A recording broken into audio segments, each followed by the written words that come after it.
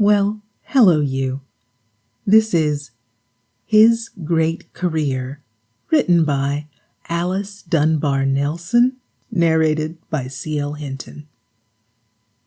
The travel-scarred motor car came to a pause in the driveway of the great mountain mansion.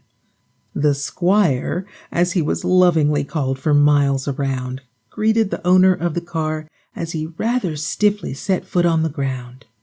"It's good of you to come up here to see us in our mountain fastness," he said warmly.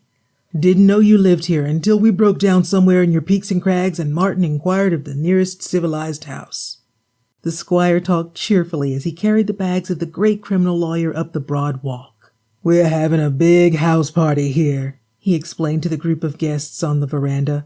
"My wife's birthday. And when we give a party up here, it means a weekend stay, for we have to go so far for our festivities it would be a pity to go right home." The great lawyer was introduced to the fluttering and flattered group of maidens and wives, and to the hearty men who hovered on the edges. He bent his great grizzled frame over small eager hands while his host stood by, enjoying his embarrassment in the pause before he went to his room. "And so you're married?" asked the lawyer as they went up the broad stairs. 15 years. You remember when my health broke 18 years ago? I found her here in a sanitarium, wrecked too, and sick of that disease called life.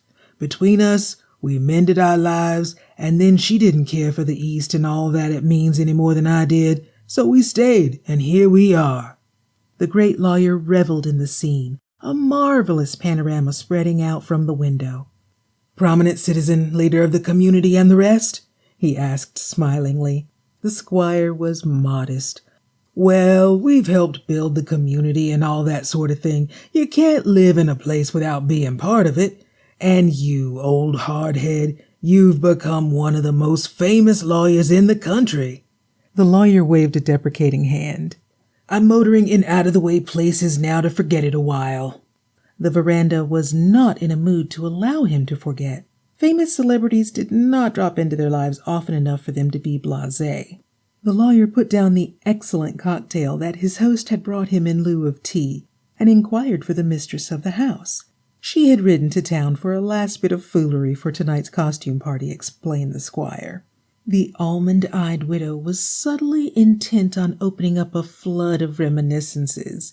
She fluttered slender hands and widened black eyes suggestively. Even the great lawyer's habitual taciturnity relaxed under the enveloping warmth of remembering the night she had sworn to be avenged on the slim, pale woman who had taken him, her legitimate prey. A wife and a widow since, but the almond eyes still avid for vengeance. "You must have had some interesting experiences, have you not? Oh, do tell us of some of your early struggles."